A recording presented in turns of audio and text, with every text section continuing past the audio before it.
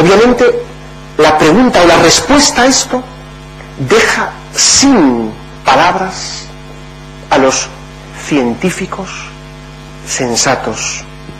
Podría traerles aquí ejemplos de filósofos agnósticos o ateos, que ellos mismos reconocen que el modelo de la creación creacionista concede una coherencia al sistema científico extraordinario.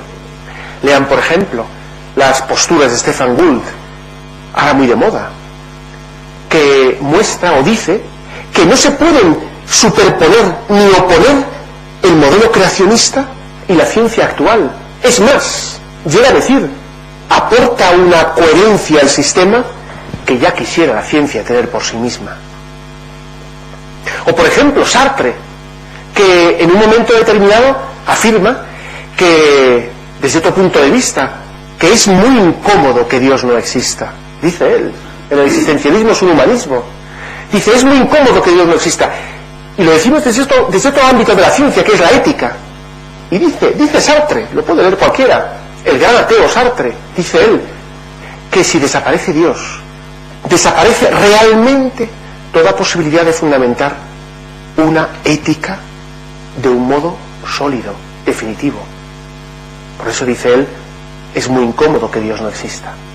Y acaba diciendo él que si efectivamente Dios no existe, todo está permitido y solo cabe una postura, el consenso puramente arbitrario.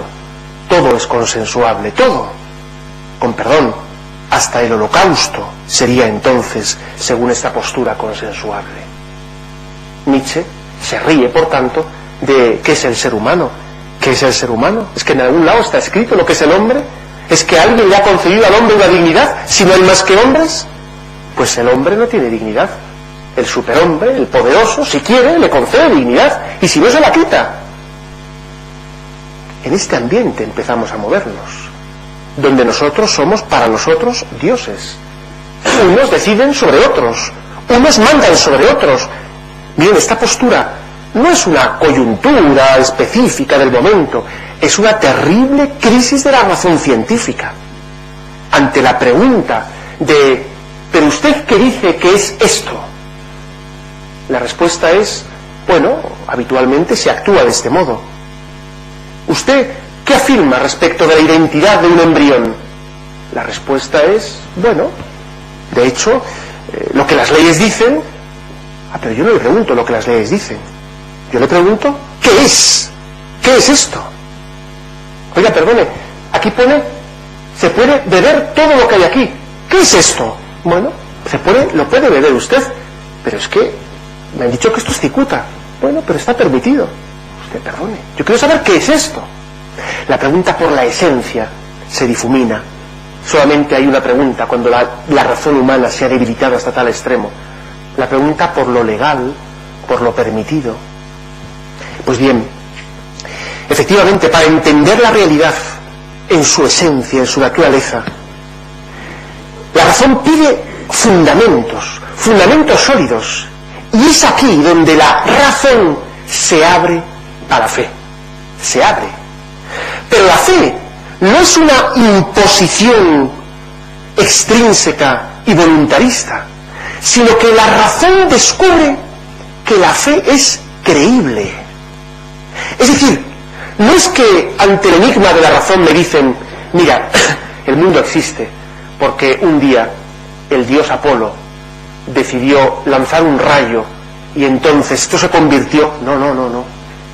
Es que la fe, la auténtica fe, te afirma algo, te responde de un modo adecuado a las inquietudes de la razón. Es decir, que existe una discontinuidad continua. La razón y la fe no son lo mismo, pero son inseparables. Y donde podríamos decir que el conjunto de la racionalidad, en el sentido absoluto de la palabra, abarca tanto la razón humana como las que entendemos por la fe, que no deja de ser sino sabiduría divina. Dicho de otro modo, el hombre está llamado a trascender su razón y entrar en la razón con mayúscula, que es el Logos, es decir, Dios mismo. Y es que uno de los elementos fundamentales de la razón es que se sabe creada, se sabe limitada. Aunque a cualquiera de ustedes alguien les intentara convencer de que ustedes o yo tenemos una razón creadora, esto ninguno se lo cree. Yo soy capaz de darme cuenta que mi razón no crea la realidad.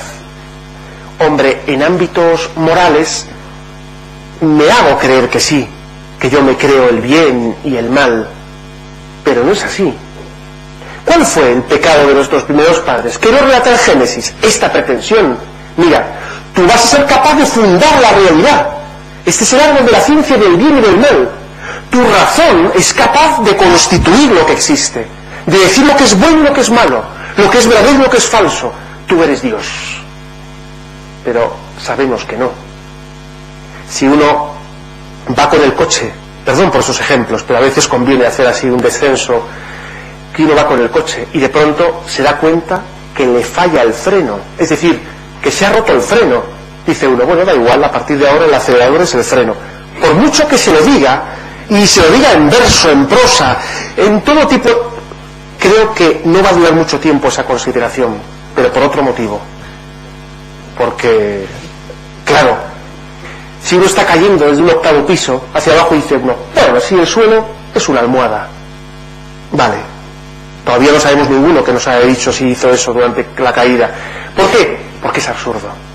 Mira, esta pretensión humana de que su razón sea absoluta es absurda. Nadie puede decirse con una mínima coherencia, mi razón es absoluta. Todos saben que es una razón real, consistente, con capacidad de coherencia, pero efímera en el sentido de limitada y por tanto creada. ¿Qué busca entonces la razón creada? Busca la razón increada, busca lo absoluto, busca lo que se sustenta a sí mismo. Este dinamismo de trascendencia de la razón humana es natural, lo tienen todos los hombres, lo tenemos todos. Por eso la apertura del hombre a la trascendencia es connatural a su razón. La apertura de la razón a la fe es connatural a la razón. Hay un autor, Berdyaev, ruso, de Kiev, muy interesante. Habla de los 3 momentos desde la época del racionalismo hasta aquí.